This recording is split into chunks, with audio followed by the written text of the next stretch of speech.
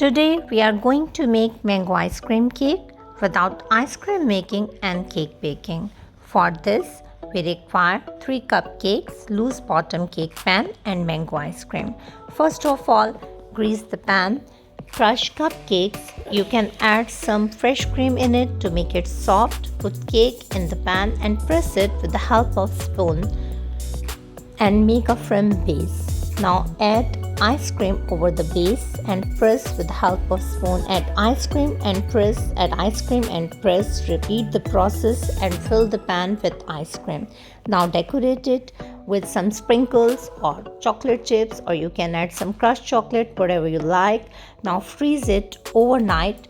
Your ice cream cake is ready. Enjoy! Wow!